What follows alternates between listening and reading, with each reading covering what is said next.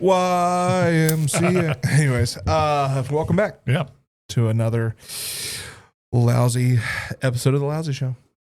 It's a lousy episode. Indeed. Aren't they all lousy? Indeed. Indeed. Indeed. Indeed. Yep. Indeed. I do. I damn.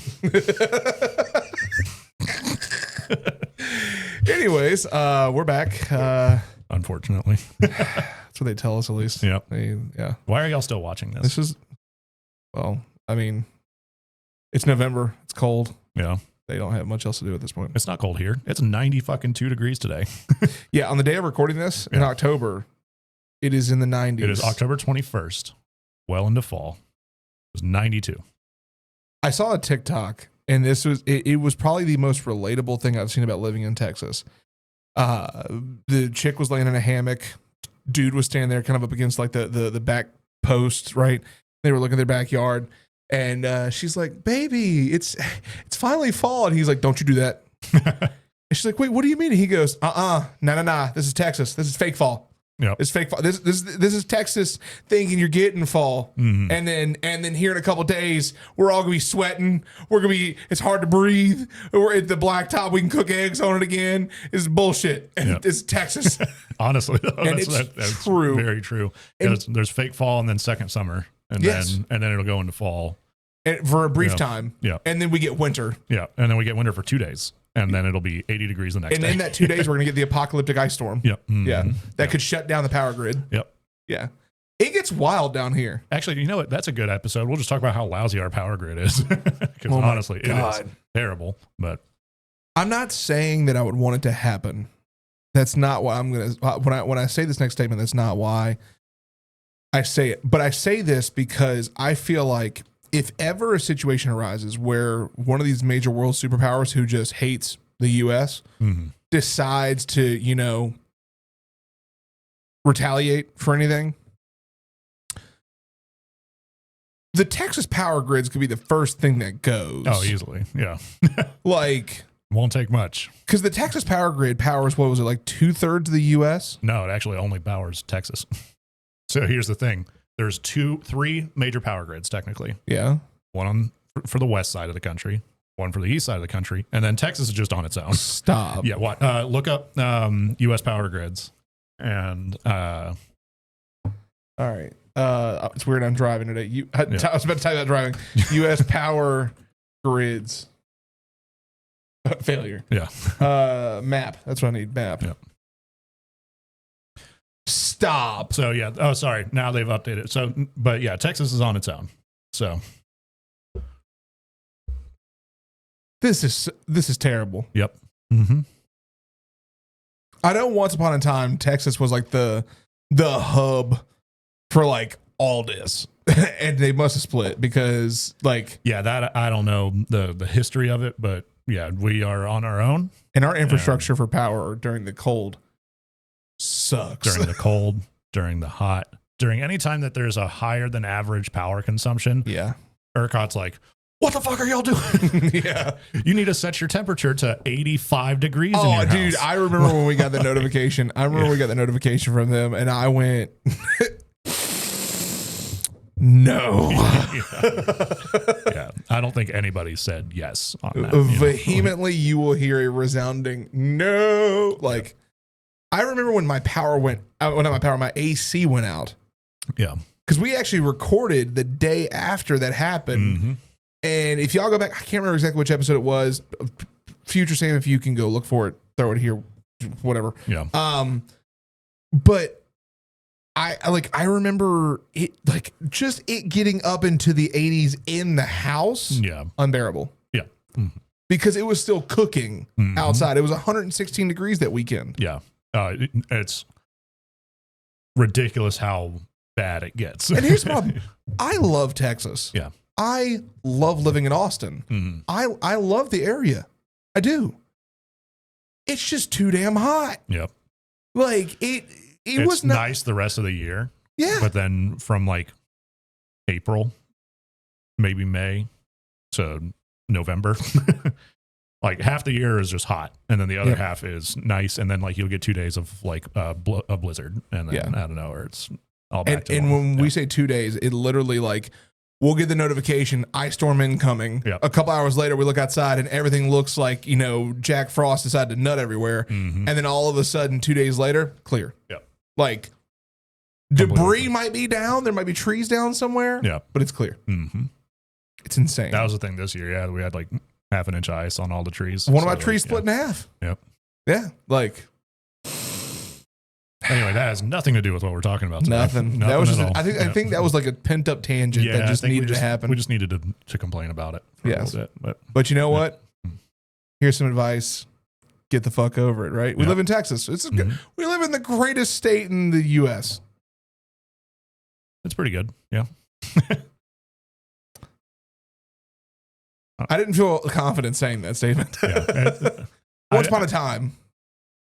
I have a hard time narrowing down just one state. Yeah, you know. I think there's certain states that are definitely at the top of the list Yeah. that allow for them to give a confident answer as to why they're the best. Yeah. But there's like 5 states I would say that like definitely sit up there. The other 45 can kick rocks. Yeah. Like Mhm. there's nothing redeeming about them. Yeah. That puts them above the rest. My wife calls those the irrelevant states. There you go. What are your top 5? I'm curious. Ooh. Now I haven't been to all of them. But I've been to a good chunk. I think it's been like 38 that I've been to or something like Mhm. that. Texas I'd put in a top 3 scenario. I would probably put Texas, Washington State is my 1, 2, somewhere in there. Actually, yeah, I think Washington State would probably be my number 1 so far, just because it's kind of got a little bit of everything. Like on the west side of it, it's like trees and mountains and awesomeness, and then the east side is kind of more deserty, and then they have a little bit more laxed things, kind of like Texas, you know. Mhm. So it's kind of like a little mini Texas up there.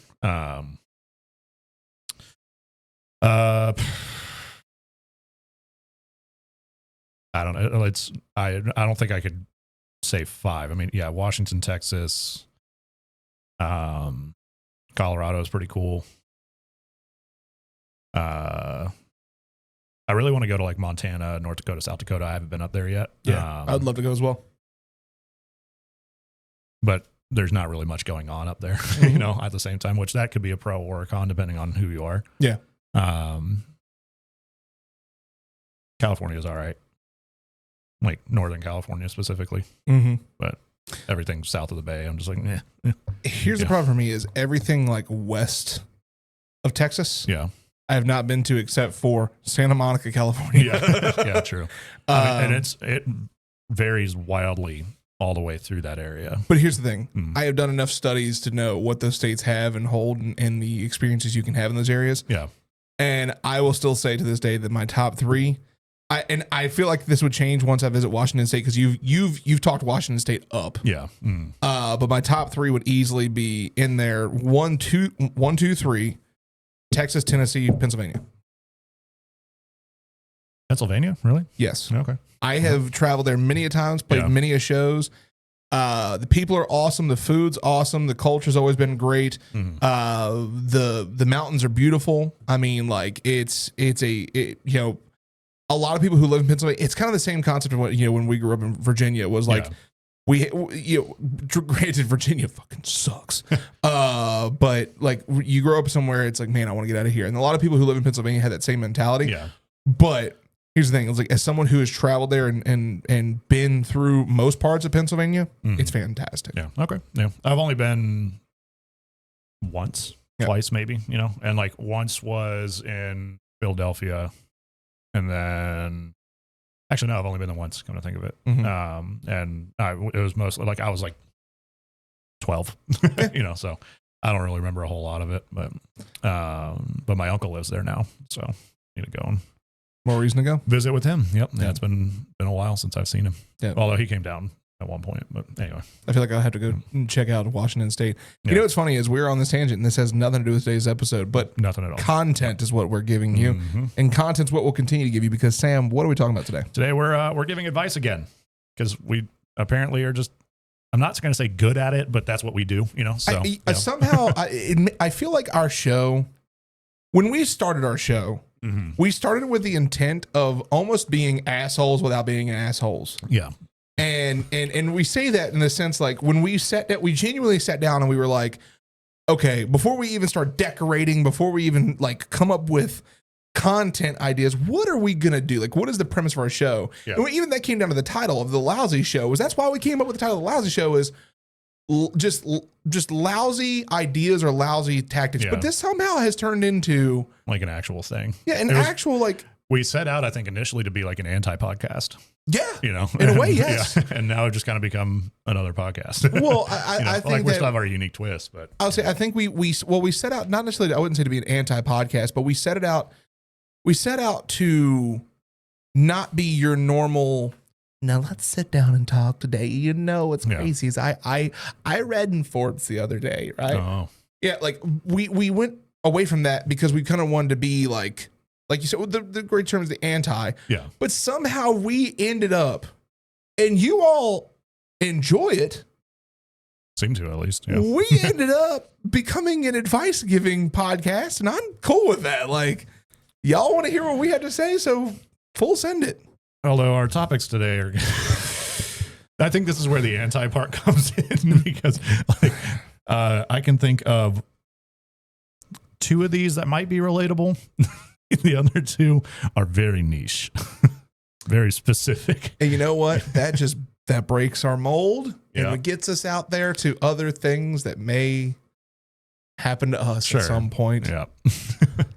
So yeah, we're looking at r/advice again on Reddit, and we pulled up a few recent posts, and we're going to read them and discuss them and talk about them. I think this is a great time for us to go and let the people know as well. Mm-hmm. I think this is something that would help us tremendously, but we do have our own account now, /the Lousy Show. Yep.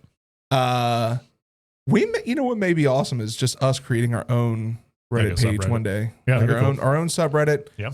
For you all to come ask for advice. You can create a throwaway account if you need to and just ask for advice on there. I think that'd be awesome. Maybe something that we'll think about. Let us know in the comments if you'd like to see that happen. However, today we are in r/advice. Yep. Sam, There. why am I driving again? The keyboard was already over there, so I was just like, yeah, fuck it, you know. All right. And we remember that god awful noise that it made when we moved it. Please don't.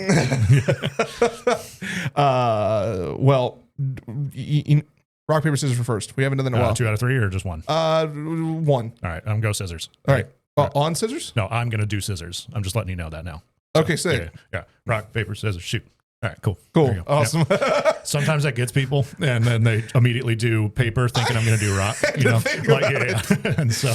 Well, let's get started from user some nerdlet. Some nerdlet. Okay. Yep. I am in love with 2 guys. I feel so lost, and I'm unsure what to do. Help.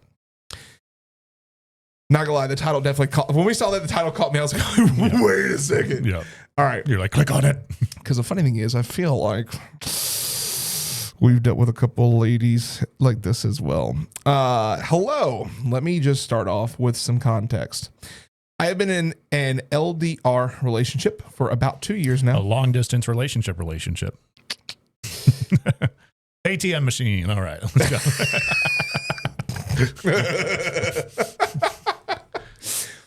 Oh my gosh. What was I saying? Oh yeah. He's funny, charming, all around sweet guy. We have made plans to move in the future and typical couple things we want to do. I'm not so sure anymore because there's a huge flaw with this man. My brain just said, oh my God, just look. No. While I read, go look. I'm not so sure anymore because there's a huge flaw with this man, the severe lack of intimacy. I don't get, I don't get with my boyfriend. I don't get it with my boyfriend, meaning no sexy touches, making out, etc. He has told me he is afraid of intimacy in our second meetup. And third, he's waiting for my medical stuff to be resolved. There are other ways to be intimate, but he just brushes it off and it hurts, you know? I love him. We have a great future ahead of us. He has agreed to see a therapist for other issues, but it is just a matter of him setting the date and all, but I want him to do that on his own. I don't want to keep telling him and possibly strain our relationship even further. Now, with the other guy, it just feels right, I guess you could say. He is emotionally and socially mature, that it's to the point where I can tell him everything and anything and not feel like I'm going to be talked back to. I can just communicate with this guy very easily and feel good and better after doing so. I don't shake like I do when I address something with my boyfriend.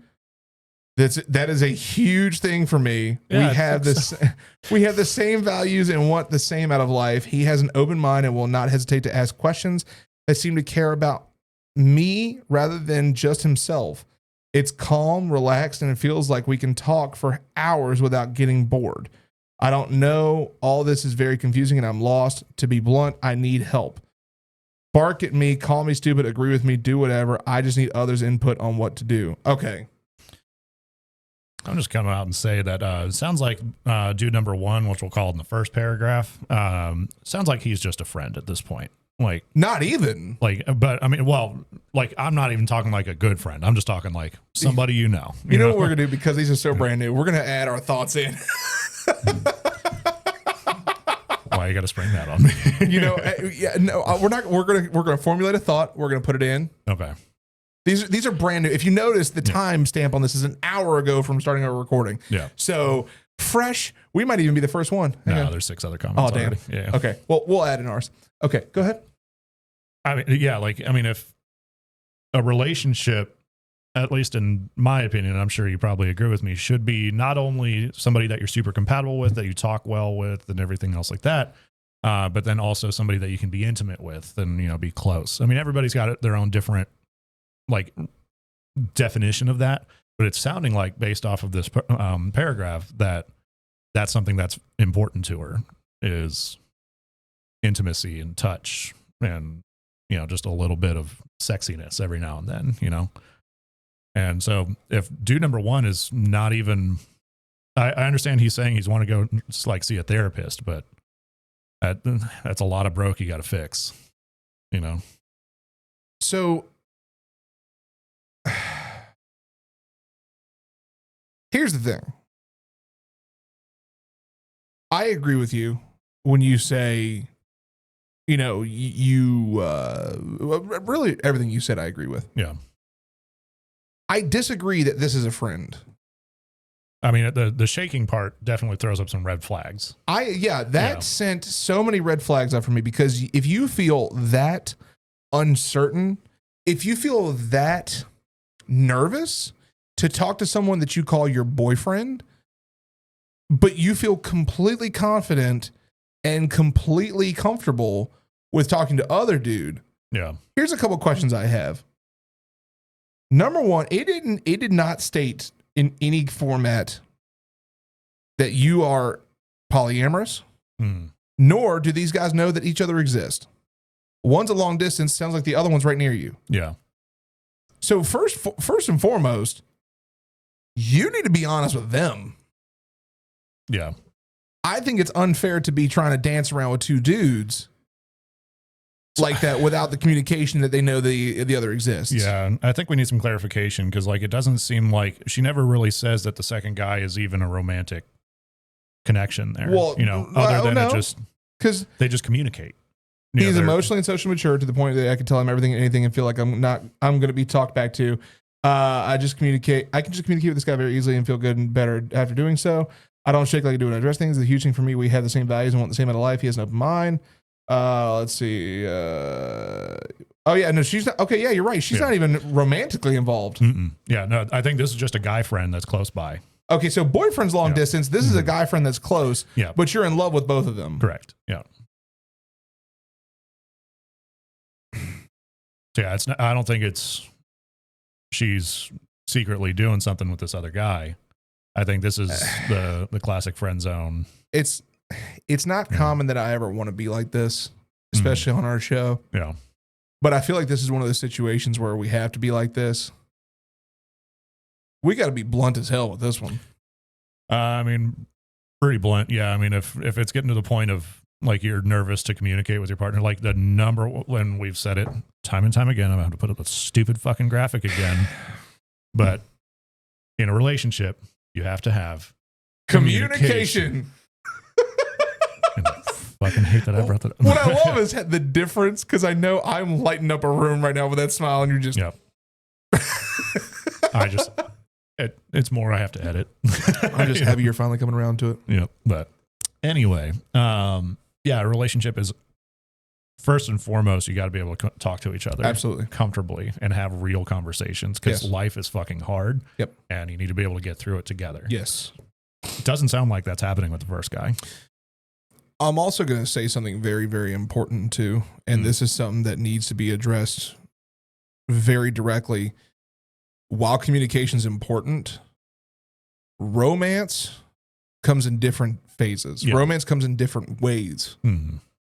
Your version of romance may not be his, and vice versa. So you have to be open to addressing and acclimating to his and vice versa.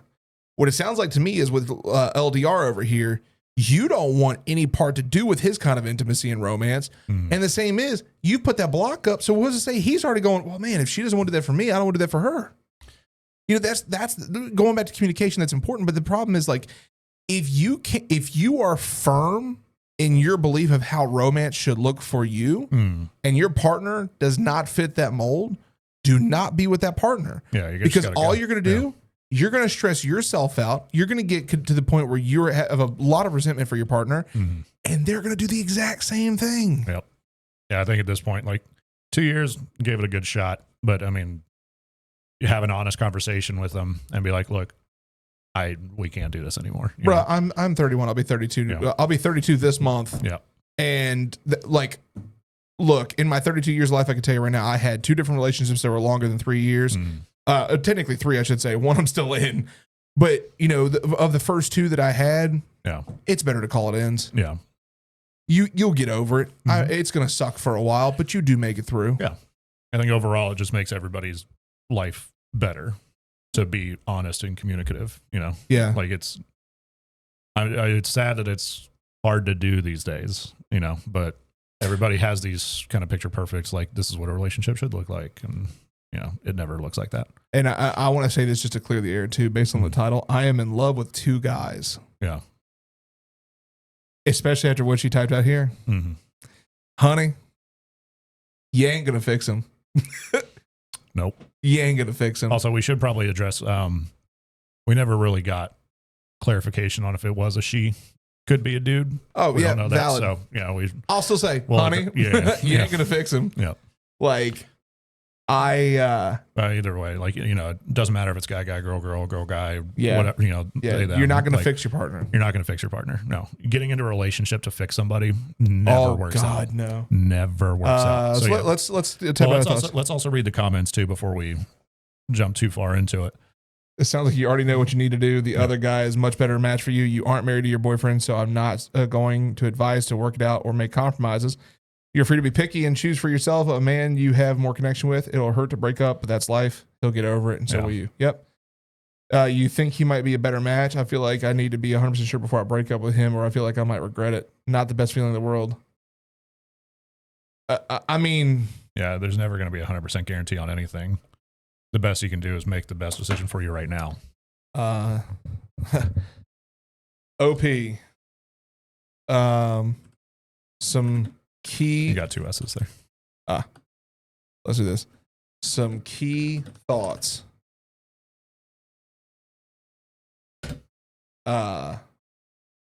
You're not going to fix your boyfriend. He needs to do that. To do that himself. Yeah. Romance comes in different forms. You need to be malleable. That is how you spell malleable. Double L. You're no. No. No, that's mailable. No. Hang on. Malleable. It is E. I was right, double L. Double L, but it's EA. Yeah. English is hard. You need to be malleable to your partner's form.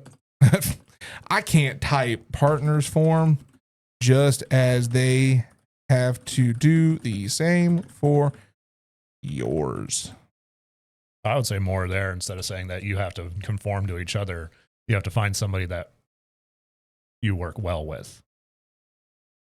Which, I mean, it's kind of the same thing, but it's the same concept. Yeah. I would say here, finding a partner who is completely compatible. Compatible. Nope. Ideally. Who's completely compatible with you is key guy number 2. Definitely fits that mold. That's it. Yeah. That's good. Perfect. Please fucking put an apostrophe in that your. That is of course Thank you. The comment. Nice. How do we already have one upvote? Well, it automatically upvotes one as soon as you post. That makes sense. So, Yeah. Okay. there we go. Yeah. Guy number 2 sounds definitely way better for her. Guy. Well, I mean, like, for me, it's, you know, it's when I hear that whole, like, again, I don't feel like I have to shake or get the shakes around him when I'm talking to him. Like, yeah, that's red flag. Yeah, we need is some actual red flags. such a little props. Yeah. Moving on. Hey, everyone. Thank you for watching this so far. We greatly appreciate you hanging out with us. Make sure to subscribe to the channel if you're watching on YouTube or listening on any listening sites. Make sure to go follow us on there as well. And also, if you're watching the video, drop us a like and share it to your friends who might want some lousy advice as well. If you have any at all lousy advice that you want from us or any lousy ideas that you'd like us to cover, drop it in the actual comments down below or send it to us at thelousypodcast@gmail.com. You can also email us there anytime with any ideas you have. Back to the show. This one, it's going to be an interesting one. quick and concise, but we're going to roll through it. Yep. Samuel. Yeah, that's me. My porn addiction is starting to take a major toll on me mentally. Fat game strong, dog. Yep. Mm-hmm. Man's just jacked on the right arm. I've been addicted to porn on and off for about 6 years. Started with watching old erotic movies and then turned into browsing porn sites. Try to take my mind off the urge to watch porn by drawing or playing video games, but that doesn't always work for me, and I end up giving in to temptation. I suffer from depression, social anxiety, and insomnia, and I feel like my addiction could be partially responsible for why I have these issues. I struggle with concentration and have to constantly deal with gross racing thoughts that won't go away. It's a nightmare, and I just wish it will all end. I mean, porn addiction is an absolute real thing. I mean, people, just like cigarettes, alcohol, drugs, you can very much get addicted to the dopamine and everything else that comes out, I will say, of a porn addiction. We need to be serious. We need to be serious. Anyway, so, I mean, you got to go through life. Look, it's hard. It is hard to watch. That's... Anyway. You need to erect a better meat. We're children, okay? I'm so sorry to these people that were commenting on their actual problems. Here's the thing, though. Yeah. Here's the thing. And I will say this. I agree that porn can be addicting. Yeah. I think the biggest thing is, it sounds to me like he's not addicted to porn. He's addicted to the feeling he gets from stimulation. Yeah.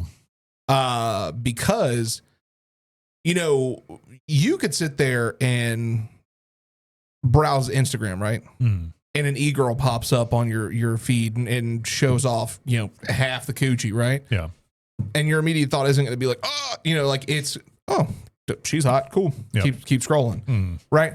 I think this comes down to, like, yeah, you might like watching those videos. Like, and I'll be honest with you, I think that keeping up with some, like, some porn stars' careers is awesome. Like, there's some, like, I'll watch a Stiff Socks podcast. Angela White's been on there a few times. She's a sweetheart. If you've ever seen content with her, she's one of the biggest porn stars in the world, but she's an absolute dream of an individual when it comes to, like, just her personal life, how she handles things, a lot of stuff like that. Right. Yeah. it doesn't mean I'm going to immediately be like, oh, Angela White. Oh, like I don't have that immediate drive to go do that. Right. Yeah. Mm. It sounds like what he's got going on here is he is finding that stimulant through spanking it. Yeah. And the means for him to get there is through pornography. Yeah. Now, at the end of the day, I mean, yes, again, you can still be addicted to porn. Not saying you can't, but based on his situation, he says I end up giving it a temptation. Like, so he says here, like, I try to take my mind off the urge to watch porn by drawing or playing video games, but that doesn't always work for me, and I end up giving it a temptation. Suffer from depression, social anxiety, and insomnia, and I feel like my addiction could be partially responsible for why I have these issues. So, big one. I see the commenter. First commenter here says therapy. Yeah. I fully agree. Yes, go to therapy. Yeah, that's. I mean, because there's gonna be a root cause to all this. Correct. And you're gonna have to get somebody that's professional and knows what they're doing to kind of get to the bottom of that. Correct. Yeah. Now, I also want to say this too, because while someone would say, I have to constantly deal with these gross racing thoughts that won't go away. It's a nightmare, and I just wish it would all end. My question is this, because I know people who every day they're like, they view the human body as a piece of art. Yeah. Right. As artwork. Nudity to them is just a blank canvas, if you will. Sex is the artistic factor, right? You know, the layers in which you can experience these sexual activities adds on. It's the paint brushes, if you will, or the paint that you use on the canvas. Some people learn that that's just a means of how their brain works. It's not that they're sitting there every single day being like, I'm going to fuck you and you and you and you and you, and I would love to fuck you. And oh my God, you like, no, it's not that. It's just simply like, man, that, you know, that would be, you're beautiful. Like, your shape, your sculpture, if you will, is beautiful. Like, some people see it that way. Some people would probably see that same thing as very like depraved, I guess, or you know, a level of depravity that goes with that, and they think it's gross, and in their own head they're like, oh my God, I'm a freak. You may not be. You may be thinking like millions of other people do. It just, to you don't have anybody to talk to about it. Yeah, I mean, especially with like if they have social anxiety and depression, and that they're not going to talk to they're anybody. not going to find the outlet for that. So I mean, it's a big part of it's going to be like you're going to have to get out of your shell a little bit, and I think try to find like-minded individuals. You know where I would start, and this is something that I feel like, and I know you know a lot of people like this as well. Find a kink community. Yeah. That might be a great start. Yeah. Because a lot of people in those communities, they reach out to find those communities solely because they feel like they're alone. Yeah. They feel like there is no connection to anyone else that they can talk to about it. And those communities are, without a shadow of a doubt, like beautiful communities. They're not sex fueled, you know, orgies while they're sitting there, you know, getting together for masturbation, you know, circle jerks and the whole not. No, it's not. Yeah. It's people who are very well versed and very knowledgeable in what kink looks like, how your brain works in that. Like there's a lot of literature to read in that whole form. And I think that what you're doing is you're experiencing these urges through pornography. Yeah. When in reality, yes, I do believe therapy is a great option. But in reality, you may just need to find like-minded individuals who share the same experience. I would still definitely recommend, before seeking that out, seek out a therapist. Yeah, therapist. At the end of the day, therapy, number one, regardless. Yeah, step one, find a therapist. Step two, explore your likes and dislikes. One, yeah, find a therapist. Yeah. Step two, please seek. Use a colon. You did a colon and then a period. Oh, I'm sorry. I'm sorry. Consistency, motherfucker. I know we're the lousy show, but goddamn. Find a therapist. Seek out like-minded individuals in kink communities who can help provide clarity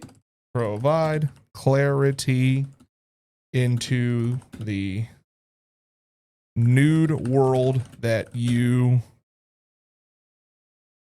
explore currently. Currently explore. Step 3,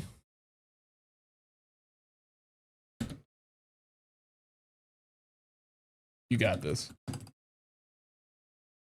You go over this. Done. Look at that. Look at us go. Yeah. There's a lot of shame. I'm curious what this is. A lot of shame when it comes to watching porn and masturbating, but you are causing no harm. Even if you end up busting 5 times a day, you're just releasing now. There would only be 2 problems. If you're excessively trying to use it to hit 10 to 15 times, even if you're not horny, or 2, if you're watching anything abusive or illegal. So long as you're watching regular porn and you're only shooting a few times a day, you are fine. -2? What helped me was smoking weed. Honestly, like weed has a lot of good uses. So Yeah. yeah. I kind of want to come back to this later and see. Yeah, I'm sure it'll be an interesting one for sure. But We're going to get notifications and go back and be like, what happened? All right, next up. All right, I will take this one, Sarah. This was 10 hours ago on day of recording. Yep. Embarrassed to poop near boyfriend. Don't tell me it's normal. Please help. As someone who has 0 issues pooping anywhere. In a toilet, in your pants. Stop. Stop. Gas station bathrooms. Look. As long as the seat's clean, that's all that matters. Yeah. I've been dating someone for 4 months and it's long distance. Okay, it's 2 long distance relationships. What is this? I stayed at his place for a weekend, 1 bedroom, 1 bathroom apartment, and didn't poop at all. Oh God. Oh no. The bathroom is so close to the bedroom and living room. It's a tiny apartment and open space so you can hear or see everything. We just bought me a ticket to go see him next week for 1 week, and I have no idea how I'm going to do it. I was married for 7 years before and never pooped near my ex-husband. Oh my God. Hang on. I was married for 7 years, not including how long you dated him before that, and never pooped near my ex-husband. I always use the bathroom downstairs and turn the air on, would text him to please stay upstairs. I'm pretty sure that I have undiagnosed IBS, so food hits me pretty quick and I make a lot of noise. Like, why the fuck do my farts have to be so loud and gross? Enemy AC 130 above! I'm calling in the AC 130.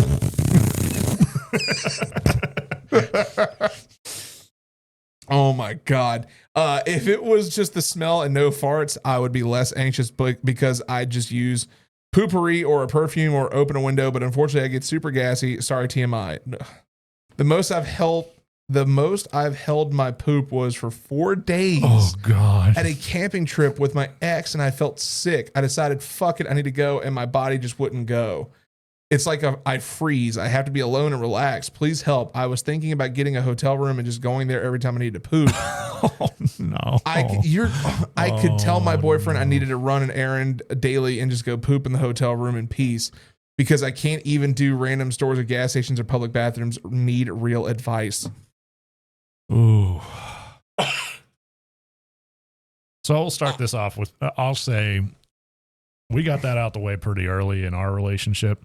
But so like, we don't like poop in front of each other. Like we're not going to have the door wide open, but like we can hear each other's movements, we'll say. And then, but I mean, it's just like, while yeah, it might smell gross, it's a natural bodily function. There's no getting around it. You cannot be not pooping for 4 fucking days.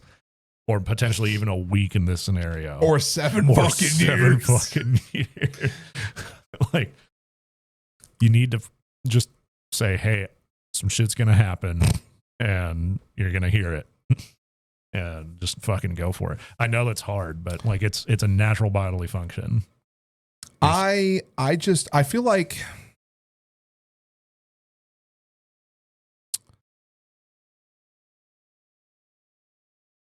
I've heard people have this same problem before, but not just with pooping, like just with going to the bathroom in general. Yeah. I mean, it's like an audience issue, you know, like even though like somebody's not there actually watching, if somebody hears it, yeah. You know. Now, me, you don't give a shit. I don't give a fuck. I will rip ass. Will go. I'll be like, hey, I'll be back. Yep. Go to the bathroom. Do the business, right? Mm. If it's loud, if it's noisy, you can hear me like, like, you know, like it's just, it happens. Yeah. because everyone, look, as someone who eats ass, I know what's happening back there, right? Like, Yeah. And the thing is, jokes aside, like you got to get past that. You got to find a means to get past that. And I know we just talked about therapy, but like you got to talk to somebody about that. Yeah. Because especially if you think you have IBS, they didn't even say they have IBS. They said they think they have IBS. So number one, go see a doctor to see if you have IBS, or at least get your gut checked out, because that's super important. You have one body, treat that body like it's a temple, find out what's wrong with it, and fix it. Right. Number two, go to therapy. Talk to a therapist. There are therapists out there who will listen to that. Yeah. They will listen to that shit. Pun intended. And you know what? Hey, look, and then we're going to erect a new life. No, but all jokes aside, go talk to a therapist and like really get that out there. And then after that, talk to your boyfriend, because I'm pretty sure your boyfriend's probably wondering like, damn. Well, I'm just wondering, like, has the boyfriend pooped in front of him or her? Again, we don't have the distinction yet, but has the boyfriend pooped in front of them yet? Or like not necessarily in front of, but like in an audible range of, Yeah. Because I mean, and it sounds like it's an early relationship, 4 months, but 4 months I think is a safe enough time to go ahead and just let it rip, literally. Like, because that's a long time. Like there's like the first few dates, you don't want to fart in front of them, so you hold it in, and then like, when you leave, you just fucking let out the biggest, nastiest fart you've ever had in your life. But 4 months now, like I feel like you guys should know each other and know that you were both humans. That shit. Everybody poops. Yeah, didn't Samuel L. Jackson like narrate a? No, he just go the fuck to sleep. I'm sorry. There's another book. It's Everybody Poops. And, for children. But honestly, you might want to read that. Well, going to the thought of like, if on your first date, sure, hold it in, because that's sweet release. After the night's done, oh my god!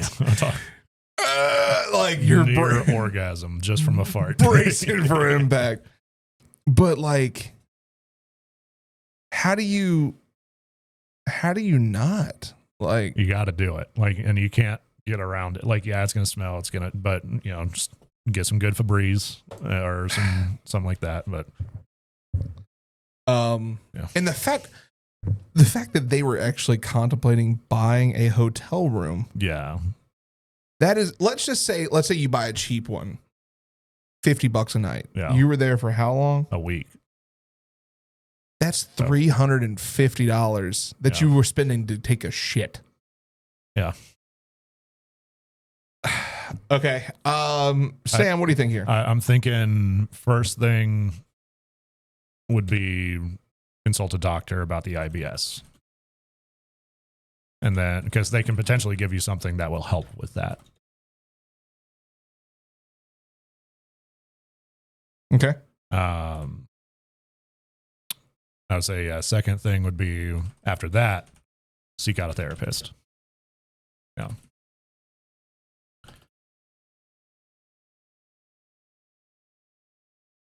And then we keep fucking saying it, but at the end of the day, in a relationship, you need to communicate. So communicate with your partner and say, hey, I'm going to take the nastiest fucking rip ever here in just a second. Done. You do no apostrophe on that fucking you got It's already through. Wait, hold on. To help with farts, if you pull one of your butt cheeks to the side, your fart will usually just come out silently because the gas is escaping through a wider space. That is it's a high risk, high reward. You're either going to do that or you're going to turn it into a trumpet. You're going to fucking start playing fucking Louis Armstrong songs out there. Well, if you have IBS, you're taking the forbidden risk of shitting your pants. Like, if you get up and go to the other room and can sit on top of a pillow or a couch or something while you pull one butt cheek to the side, it'll muffle the sound. Don't use that pillow afterwards. Say you get pink eye. Do this if you can before you go poop, so that way your poops are more silent. You can also turn the faucet on full blast and try to pull a butt cheek to the side. What? You know what? Good on you. All right. Last but not least. This one's all about you, but I'll read it. You read it. Yep. You go ahead. So my curly afro won't grow down to cover my forehead. Okay, for reference, I'm a 17-year-old male and I'm half black and half white. First one we've gotten through all 4 of these where they confirmed Yep. who or what they are. Yep. Not only age, gender, and race as well. So we got the whole. We might as well have a picture of them. Man, at this point. royal flush. Yeah. I have a curly afro and everything looks good except for the front of my hair. It doesn't grow down at all. Everything else grows, but this part doesn't. I want it to grow down to cover my big ass forehead so I can look better. And any tips and tips or advice? I think it's Annie. Any tips or advice for this problem? I know this isn't a serious situation, but I appreciate it if anyone who has the same type of hair as me could give some advice on my predicament. I have no connections to this at all. Like, my hair is mostly straight, gets a little wavy when it's long, but and it has no trouble growing down. So I feel like this is the first time we've ever made mention of this on the show. But I'm a barber. Yeah. Well, I mean, we did mention that you cut my hair because last time I was wearing the hat because you didn't cut my hair yet. Okay. So to be more concise, I am an actual trained barber. Yeah. Like, I went to school for it, everything. I still practice. Here's the thing. So if your hair is not doing what you want it to do, you have to train it to do what you want it to do. Yeah. It is not an overnight process. Sometimes this could take a few days. They said, I have a curly afro and everything looks good except the front of my hair. Now, here's the thing. And I'm saying this respectfully, of course, for any social justice warriors out there who want to get shitty in the comments, I will so quickly block you. So if you are half black, half white, it's very likely you have ethnic hair. Yeah. Now, ethnic hair is very, very tight, curly when it grows. It can get wiry the further out it grows, especially if you pick it out. But the problem is it doesn't grow necessarily in a specific direction. You see guys with waves and they've cut their waves and styled their waves specifically to go a certain direction. Yeah. Their hair was cut that way.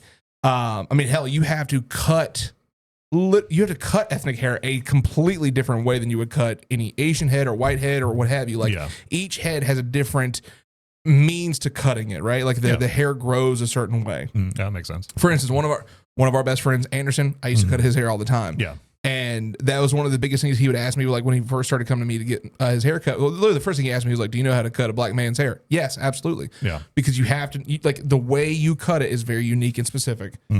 So with an afro, though, that means your hair is grown out immensely. You still have to train it the way you want it to go.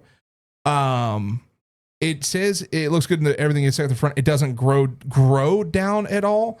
My question is, everything else grows, but this part doesn't. I want it to grow down to cover my big ass forehead so I can look better.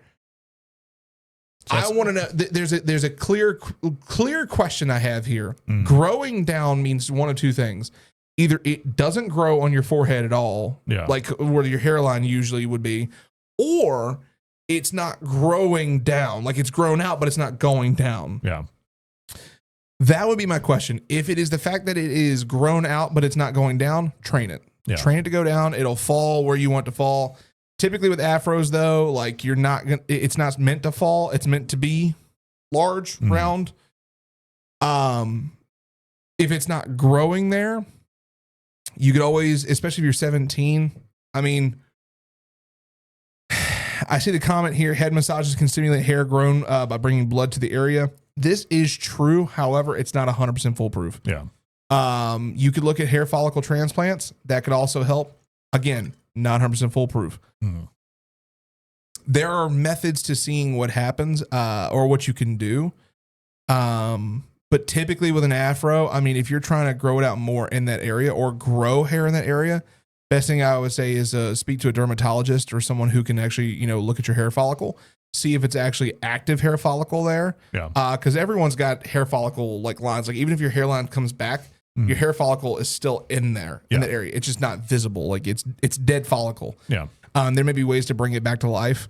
I would definitely 100% recommend speaking to a dermatologist before you start going to like head massaging the whole nine, because it's good to see, like, make sure you have one, good skin. Like, it's always good to get tested to make sure you're good there. But two, it's really good to make sure, like, if that follicle is active or not. And if it isn't, the doctor may have ways to be able to help reactivate it. So makes sense. Yeah, I have no input on that. It sounds all great. So. yeah.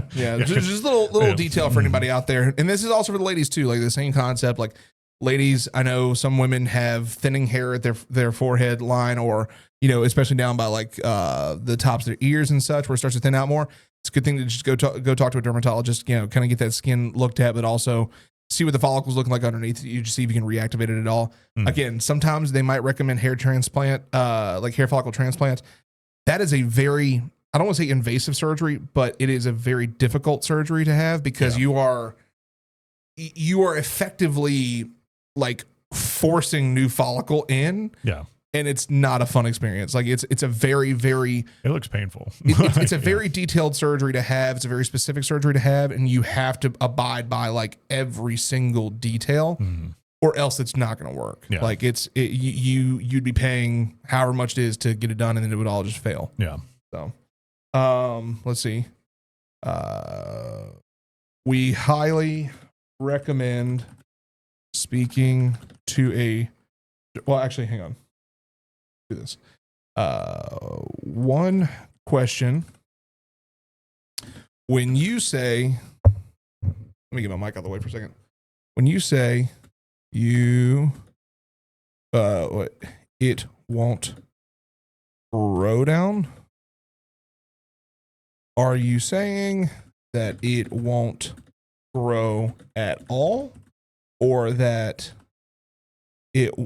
it's grown but won't fall?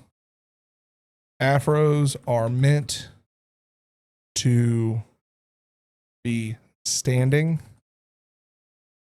so need some clarity. If it won't grow in that area, highly recommend speaking to a dermatologist to make sure your skin and follicle, that's how you pronounce it. Yeah. Nice. Went to school for this. Yep. So still forget how to spell it sometimes. Make sure your skin and follicle are healthy,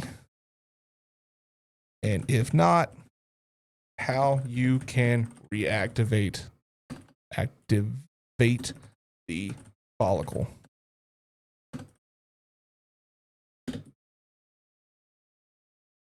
Ooh. Perfect. And boom. There we go. Nice. That's it. Awesome. Yeah. More advice. More advice. With now text proof that we did it. Hey, you know what? It adds a layer. Yeah. It adds a layer. And so I feel like we're going to have to go make our subreddit now. Probably. I mean, maybe not right now, but like here in like the next few months, you know, we'll have something coming up for you guys. So that's something y'all want. Let us know. We'll look into it. And if nothing else in the comments, if there's anything we said that you feel like you disagree with or even agree with, let us know in the comments, or drop an emoji. Yeah. Because engagement. Yeah. It helps tremendously. Also, like this video, because it definitely tells YouTube that more people should see it. Yep. And this is the end. So you already know what's going to happen here is we're going to discuss how there's a button behind me and in front of you. Yeah. And that button, you can click it and subscribe. And then there's a video behind me also in front of you that you should go watch, because YouTube thinks you're going to like that. And they're usually pretty right. Usually. I mean, YouTube's gotten pretty good at that. So, yeah. We're out of here. Peace. Peace.